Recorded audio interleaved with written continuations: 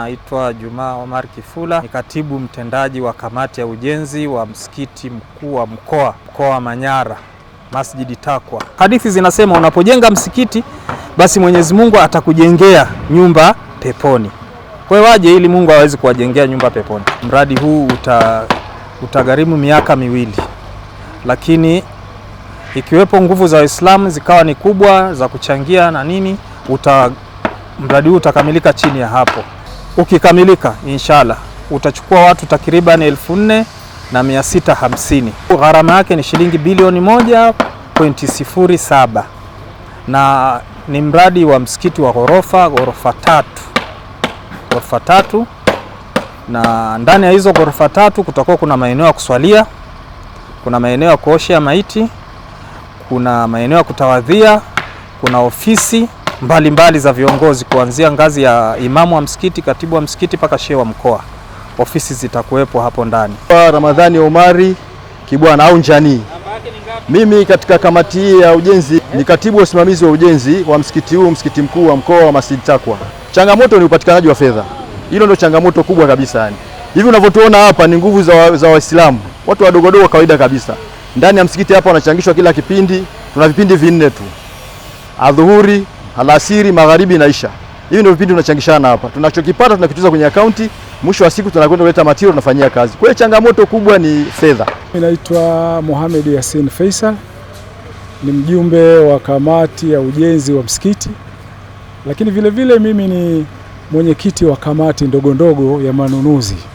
Mheshimiwa Rais ndio kiongozi wetu, kama ananiona. Uhalisia kwa sasa hivi ndio huu tunaoenda nao, kwamba tunaomba msaada au aone namna gani anaweza kutusaidia yeye binafsi au na serikali yake, kwa sababu hiki tunachokijenga ni kama chuo ambacho tunajenga imani za watu, na Waislamu ni miongoni mwa Watanzania.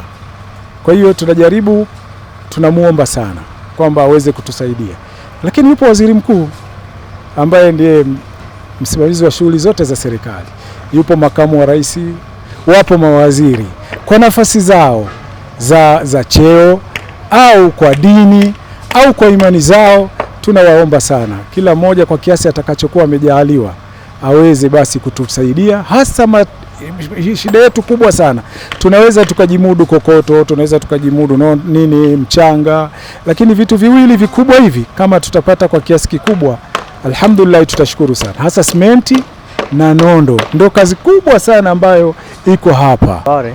Kwa majina naitwa Muhammad Mustafa, ni muumini wa Masjid Taqwa hapa ambapo ujenzi unapoendelea. Tunafanya kujitolea kwa sababu hatuna kiwango cha fedha za kutosheleza kwa ajili ya mradi huu.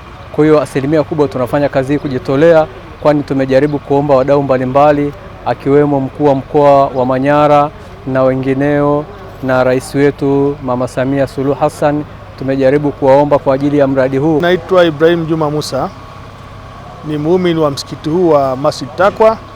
Kama inawezekana serikali yetu tunaomba itusaidie, hasa mkuu wa wilaya, mkuu wa mkoa, hata rais waweze kutusaidia kwa namna yote ya kuweza kutusupport, sababu ujenzi huu sio mdogo, ni ujenzi mkubwa, ni ujenzi wa ghorofa 3. Kwa hiyo hapa tulipofikia mpaka sasa tumeshaona ni kitu ambacho kinataka msaada. Ili kuwa mwanafamilia bora wa Global TV, usisahau kusubscribe, like, kushare na kucomment. Baada ya kusubscribe, bonyeza alama ya kengele ili kupata taarifa kwa kila video inayopanda Global TV Online.